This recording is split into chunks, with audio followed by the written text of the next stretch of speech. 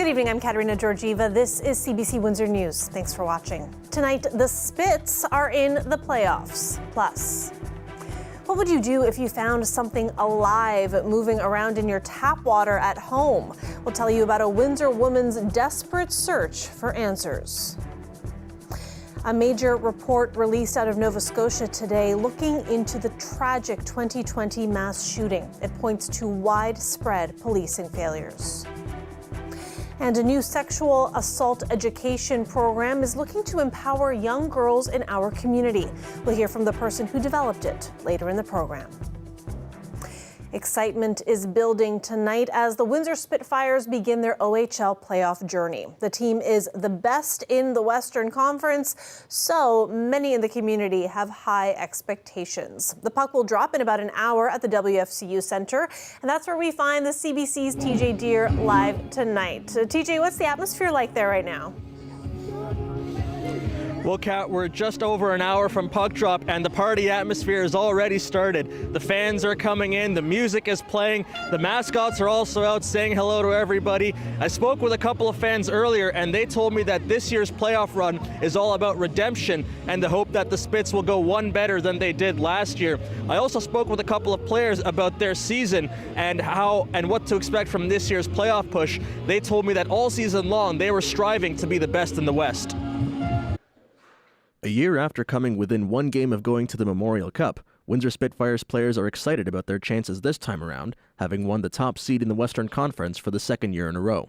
We put ourselves in a good spot to go on a long playoff run here, and we wanted to solidify first place, and I think that was our mission since September. So obviously we're proud with that, but it's a new season now. Here's Maggio, in all alone, Maggio! Maggio led the league in goals and points this season, being one of only two 50-goal scorers and three 100-point scorers, but he's not focusing on that right now. At the end of the year, I can go over kind of some of my personal accolades and be grateful for that, but for right now, I want to stay in the present moment, and I want to focus on getting this team to the Memorial Cup. One of the team's biggest additions during the season, Shane Wright has had a roller coaster of a year, moving up and down the Seattle Kraken organization after the NHL team drafted him, to leading Team Canada to World Junior Gold in Halifax, before being traded to the Spitfires 4 days afterwards. Cross the ice to Wright, scores! Shane Wright the goal! He says his experience at the highest level has motivated him to do well here. Definitely wanted to come here to Windsor and really have a lot of success. Really want to play well and showcase I was I can be a top player at this level and be a dominating player here. The Spitfires are facing the Kitchener Rangers in the first round. The Spitfires beat the Rangers in all 4 games they played this season by a combined score of 25-13. Despite the Spitfires' success, their head coach is wary of the danger the Rangers pose. Their top 6 is as good as anybody in the league. They can score goals. We're going to have to be really good defensively. They've got a goaltender that went all the way last year, so he knows what it's about. But again, we balance out and against them very well. I think if we continue to play the way we did throughout the year, we'll be successful, but it's going to be a tough series. So that's what the Spitfires are up against in round 1 against the Rangers. Now Joey Costanzo is getting the start in goal tonight for the Spitfires in game 1. Puck drop is at 7:05. Kat? Thanks for that, TJ. CBC's TJ Deer live from the WFCU tonight. A downtown Windsor tenant has stopped drinking her tap water after she found tiny, almost transparent crustaceans in it last month. But other organizations that have tested the water say it's clear. CBC's Jennifer LaGrassa reports the tenant says it's been very difficult to trying to get answers. I was totally and completely stunned. Nancy Basinger almost couldn't believe her eyes when she saw a ripple of movement in a bucket of water she had just collected from her tub. We thought they were tiny, tiny fish. I had no idea what they might be. But they were very active and happy. On February 12th, she reported the issue to the city, public health, Enwin, and her landlord, Skyline Living. Unable to get answers, she collected water samples and brought them to the University of Windsor's Great Lakes Institute for Environmental Research. Hi, you must be the one who tested the water. Yeah, that's me. Okay. Marco Hernandez has looked over the 10 samples Basinger brought. Of those, 4 had something inside. He identified the crustaceans in the water as amphipods and nematodes. Yeah, I can see it. It has like an eye. Yeah.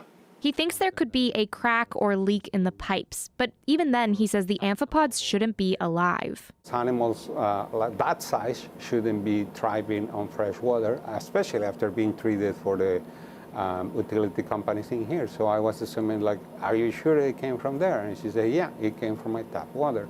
If you have amphipods in there, what else is in your water? How the amphipods get there, I really don't know. Amphipods aren't known to make someone sick if ingested, but nematodes can. Basinger and 2 of her neighbors have since stopped drinking or cooking with the water. One of them says amphipods were also found in samples of her water. I've had nightmares about, drinking a glass of water and feel something crawling on my tongue. Yeah, it's terrible. Enwin says that it looked into the issue but didn't see a problem on its end. The city of Windsor, Skyline Living, and a third-party water testing company say that they've taken multiple samples throughout the building, and all of those have come back as normal. The city actually closed its investigation on March 20th. And the Windsor-Essex County Health Unit told me that it can't disclose complaints made to the organization. Basinger also tells me that they wouldn't give her details of what they looked into. She says that she's been frustrated by this process, that organizations have been slow to act, and that they've really kept her in the dark. You as a tenant, you don't have standing with the health unit. You don't have standing with Inland Water. It is like this black hole I have fallen into. Skyline Group of Companies says it's been in regular communication with Basinger. In an email, its vice president said, in part, the health and safety of our tenants is always our #1 priority. When made aware of any concern, our on-site staff are quick to react. A tenant advocate says Basinger's best option is to file with the landlord and tenant board. CBC News has also taken samples from different units in Basinger's building, but Hernandez didn't find any crustaceans in them. Even though nothing has been found in the water by others, Basinger still believes it's unsafe to drink and wants to see the pipes inspected with a camera. Jennifer LaGrassa, CBC News, Windsor. Former U.S. President Donald Trump has been indicted by a grand jury in Manhattan. The 76-year-old Trump is now the first former U.S. president to be charged with a crime. Trump has been charged in connection with payments that were made to an adult film actress during the 2016 presidential campaign. He paid $130,000 to Stormy Daniels to remain silent about claims of an extramarital affair. The specific charges were not immediately made public. Trump has denied any wrongdoing. He is expected to surrender to authorities in New York next week. And Trump is currently campaigning to be the Republican candidate for the presidency in 2024. Much of the country has been keeping an eye on Nova Scotia today. The final report into the 2020 mass shooting in that province that left 22 people dead has been released. The Mass Casualty Commission slams the RCMP for widespread failures in their response to Canada's deadliest mass shooting. And it makes 130 recommendations calling for fundamental changes in policing across the country. CBC's Blair Rhodes has the details from Halifax. Commission Chair Michael MacDonald says it was not their role to assign blame. However, we do not shy away from declaring hard truths and accountability. We identify them precisely so we can learn from them and do better. One of those hard truths was the confusion surrounding RCMP operations that weekend. The Commission says there was no clear command structure and that officers in the field weren't sure who they should be dealing with. The Mounties were also ill-prepared for what they were dealing with. The Commission found that RCMP policies on crisis like this were out of date and their training was inadequate. They trained for a static situation in a building, not a gunman driving around shooting people at random and leaving fires in his wake. While their internal communications were flawed, their communications with the public were even worse. One vague tweet on the night of the 18th and nothing more until the next morning.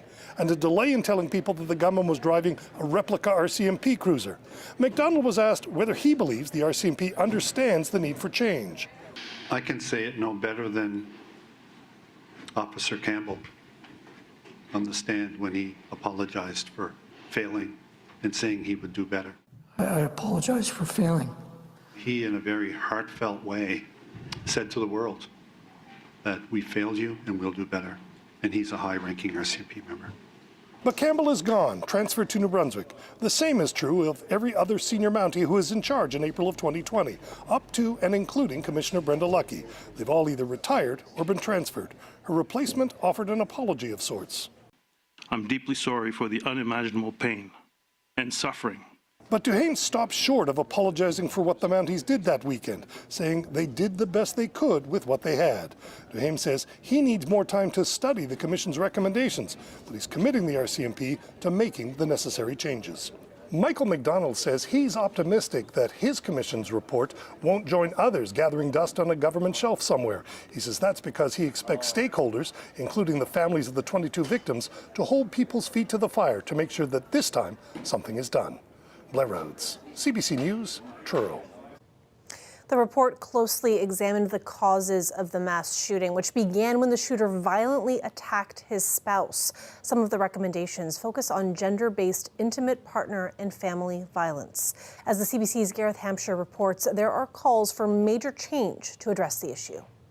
A public health emergency is how the Mass Casualty Commission characterizes gender-based intimate partner and family violence. Likening it to the COVID-19 pandemic, the inquiry members say a wide-ranging reaction is needed from everyone. When we talk about violence prevention, we also talk about it in terms of a public health approach. And we have to address the root causes of violence. The Commission thinks a lot can be learned from the treatment of Lisa Banfield, the gunman's partner. Their findings are that she suffered physical violence and threats, as well as emotional and many other kinds of abuse. But that following the shootings, she was actually re-victimized. The Commission members note Lisa Banfield was the first one to be attacked, but was not treated as a survivor by the RCMP in the months that followed, eventually being charged for providing ammunition to the gunman. It validates her experience and her feelings, which have been challenged and brought into question significantly the last 3 years. During testimony to the inquiry, Banfield talked about the fear she lived with in a relationship that lasted over 19 years. He put the gun to my head to scare me and said that he could blow off my head. The charges she faced have been resolved after being moved to a restorative justice process. But the report says the RCMP's treatment of her could make it less likely for women who are survivors of gender-based violence to get help from the police. However, her lawyer today says the Commission's report provides hope. Victims of domestic violence and gender-based violence are given a voice like never before. Their plight illustrated in this report with such clarity. In their recommendations, the Commission members are calling for all levels of government to declare gender-based intimate partner and family violence as an epidemic. And they don't stop there, making the same call to just about every organization. There is also a powerful plea to men to take action themselves. Women have been carrying, through community-based organizations, the burden of protecting women almost exclusively for far too long. It's time for men to step up. And to handle the scale of the problem, the report says there should be epidemic-level funding for prevention and intervention programs. Services, it says, have been underfunded for years to the point women's lives are endangered. A new measure the inquiry is now calling for is for the federal government to establish an independent gender-based violence commissioner with a responsibility to make annual reports to Parliament. The mandate could also include working with women who are survivors as another way to provide a national approach to the issue. Gareth Hampshire, CBC News, Halifax. Ottawa is considering restoring funding to the country's largest sports organization. The government cut Hockey Canada's funding 9 months ago after a scandal involving payments linked to a sexual assault complaint. The federal sports minister demanded proof that government funding was not used for the alleged payments and access to an investigation into the incident. Hockey Canada says it has now provided all the information. It's been called the richest amateur sports group in the country. It gets nearly $8 million a year in funding. A criminal investigation into the alleged incident continues. A new research project at the University of Windsor is aiming to empower young girls by teaching them about healthy relationships and equipping them with tools to resist in cases of sexual assault, especially with people who they know. It's called Flip the Script. It's a program that was already tested with young women in university and found it had a positive impact. The newly adapted version for teens 14 and up has just launched in Windsor, London, and Kingston and aims to understand its effectiveness with this age group. I spoke with the professor who developed the resistance program. Here's part of our chat. How is this different than what is out there? So it depends on different things. So some of the education messaging for girls is all about what they shouldn't do, right? They shouldn't go out alone at night. They shouldn't wear this. They shouldn't. All of those are based on rape myths, that it's something about those things that is creating the situation, which it isn't. But also they all focus on stranger rape, which is a very small proportion of the sexual assaults that are occurring against girls and women. And so they actually restrict girls and women's quality of life without providing any protection. Talk to me about some of the methods that you are teaching in your program that is a little different. Yeah. So of the 12 hours, there's only 2 hours that are actually empowerment self-defense, that's teaching the physical strategies. Many people, the girls are very excited about that, and of course there's a lot of focus on that, and that is important, but there's so much more. So in that, one of the things we know is that when we're faced with a betrayal from someone we know, we are the least likely to use forceful actions like yelling or fighting back, and yet those are the most effective methods. And so there's all kinds of things we can do, many of which don't actually hurt the person but just help us get out, that are effective. But the rest of the program is about really helping girls to trust themselves and their instincts. The other thing is the program teaches really clearly that the perpetrator is 100% responsible for his behavior, and that we always remember that. At the same time, there are sometimes things that girls and women can do that can help to undermine his advantages in a situation and to help them get out. And so that's really important. So it's not like girls are learning that they are responsible. That's not it. They're learning that they are powerful and that they have choices. And the program doesn't tell girls what to do. It gives them a whole toolbox of things that they could choose from. The study will continue for the next year and a half, and Sen is hoping for as many participants as possible. Eventually, if the study goes well, she'd like to see the program rolled out across the country. You can find more information about Flip the Script online, and if you are in need of further supports, you can contact the number on the screen there. That's the Sexual Assault Crisis Center's 24-hour line, 519-253-9667. Let's take a live look outside. There are lots of sun today and lots of sun right now, but things are expected to get cloudier into the evening with rain expected tomorrow. Colette Kennedy will have more for us right after the break. Stay with us.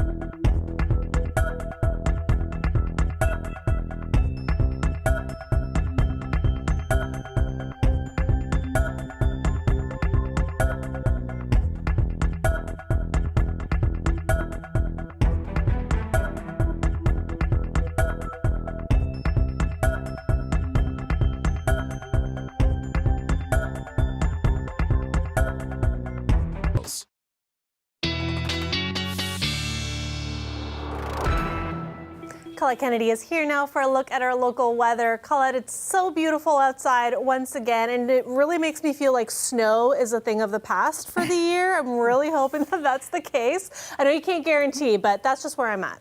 Yeah, you probably could see the look on my face. So let's say I've at least got a few flurries in the forecast, but I'm not really seeing a lot more than that. In the province, yes, southwestern Ontario, not so much. So let's get into it here and show you the temperatures. It really took some time to kind of get going and warm up, and not terribly warm. I mean, this is below seasonal, but still pleasant day.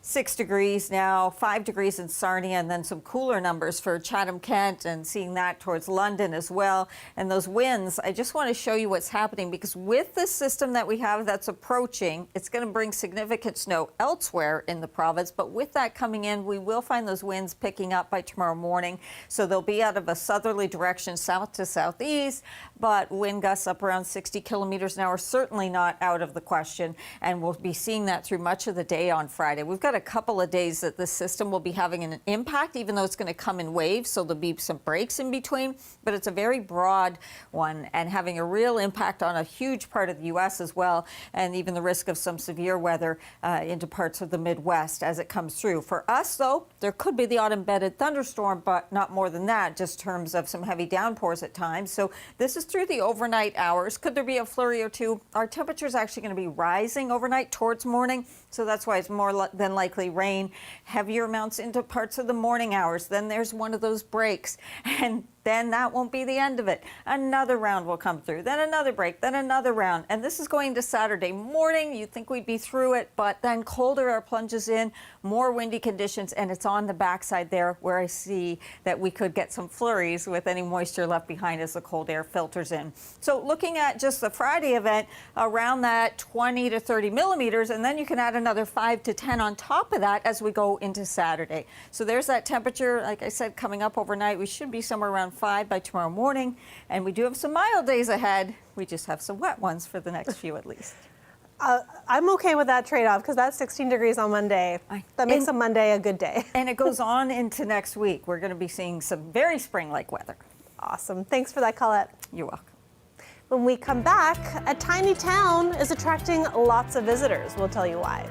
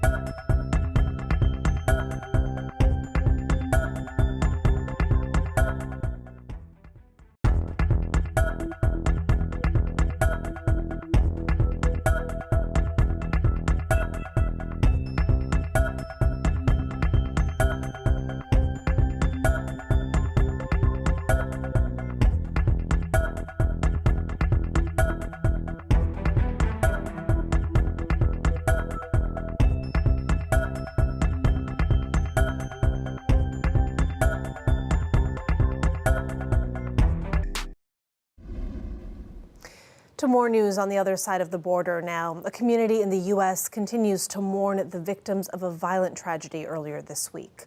Hundreds of people in Nashville gathered last night to hold a vigil for the 6 victims of the mass shooting at a private Christian school. Breathe. Why must I always be That is Sheryl Crow joining the vigil to sing for the grieving community. First Lady Jill Biden also attended, laying flowers at a makeshift memorial outside the school with the faces of the victims. That memorial has been growing since Monday as family, friends, and community members bring flowers and stuffed toys to the site. On Monday, a shooter killed 3 9-year-old children and 3 adults who worked at the school. Overseas, King Charles is on the 2nd day of his visit to Germany, his first foreign trip as monarch. Today, he became the first member of the British royal family to address German parliament, the Bundestag. The king's speech in both English and German was met with a standing ovation. He paid tribute to the historic ties between the two nations and praised the support each country has shown Ukraine since the Russian invasion. King Charles's trip comes as the UK seeks to strengthen ties with the EU after Brexit. Tomorrow, King Charles and the Queen Consort Camilla will visit the northern port city of Hamburg on the final day of their trip. Something a little different now before we say goodbye. Hopeful gamblers from across the country are flocking to a tiny Ontario town with a big lottery and a possible record jackpot tonight. I'm going to win it. I know that. What are you going to do with it? Oh, spend it, pay off my kid's mortgage. Somebody said about a half hour from the arena to get in your tickets. What do you think about this? This is great. I live in Hagersville, so it's great. Yeah. Have you heard of people like coming from out of province or? I heard a couple of weeks ago, I heard people had taken a plane in. Hagersville's Catch the Ace lottery has hit a new record, a $1.76 million potential payout. For more than 10 months, there have been weekly winners, but so far no one has picked up the golden card, the Ace of Spades. And tonight, with only 8 cards left in the deck, there is a frenzy of interest. More than 80,000 tickets were sold in a week, and that's in a town of 3,000. Most of the money raised, also a new record, goes to community groups. Hagersville is a 90-minute drive southwest of Toronto.